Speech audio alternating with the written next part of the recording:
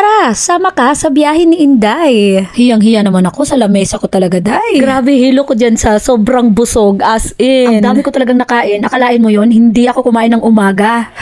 At yan ang pinili ko. Paborito ko kasi isda, salmon. Siya ang dahilan kung bakit nakakain ako ng libre dito. Kaya maraming salamat, Sisi Gresley. Siyempre kasama ng aking kumare, kapatid na si Annalisa. Oh, hello guys. Andito kami ngayon sa steak ba to? Oh, steak. Oh, dito kami sa steak. Ayan, may baby na siya on the spot. Oh, sige, ito yung mga pagkain nila, unlimited. Oh, sige, pakita muna natin. Ano yan, tempura, tofu. Ito naman, matamis. Dito kamote. Tinapay. Tapos, butsi-butsi yata yan, hindi na ako kumuha niyan. Tapos ito naman, sa mga appetizer. Yan yung isda, sin. Hindi ko alam yan, dilaw. Ito ang palaya. Ito naman, nagustuhan ko yan, chicken feet. Appetizer. Cabbage. Yan. Tenga yata ito ng ano, masarap yan. Kasi ito masarap. Dami kumuha. Wala to kanina, oh. Okay. Ito, talong. Pambata. Humba. Kasi ito naman, pang dessert.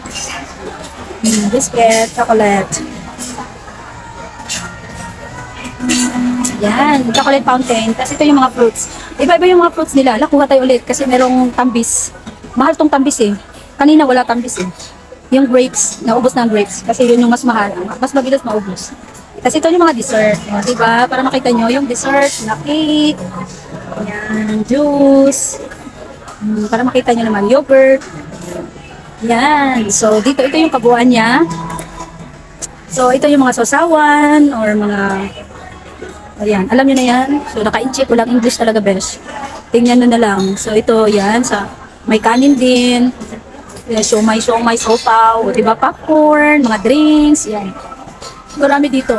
Ito naman yung ice cream nila. Para makita nyo naman. Tapos ito naman, unlimited din to. Meron silang clip. Ano nila, may clip sila. Maglalagay ka ng clip, tapos kukunin mo yung number ng table na meron kayo. So ito naman yung tinapay na masarap dito na tinapay. May sausawan, parang soup. Yan. Tapos ito yun, oh, cute, oh. Maliliit. Yan. Diba? Tapos ito naman yung mga drinks, pwede kayo kumuha. Para ako yung may-ari dito, no? Nagbibideo ako dahil. Tapos ito yung mga nancha, tapos mga juices, kape to, tapos mga juice. Hindi ko na ma-translate yan lahat. Kayo na lang bahala tumikim. O, diba? Ito naman yung mga drinks natin. Yung kanina, hindi ko na napakita yung ano. Ito naman, basta mga pag-ichip na to. May tinapay din. Yan, mga tinapay. Tapos, salad. May salad. Okay. Diba? So, malaki naman dito. At kung marami kayong kakain, mas maganda magpa-reserve na lang kayo. Kasi maraming tao dito. Magpa-reserve kayo kasi mas maganda pag grupo kayo. Yun yung kabuuan. So, ito yung mga kabers ko. Oh, smile. Kasi, ano ko to? Live ba yan? Hindi. I-edit ko to. Yan. Busog na yan sila, kaya walang power.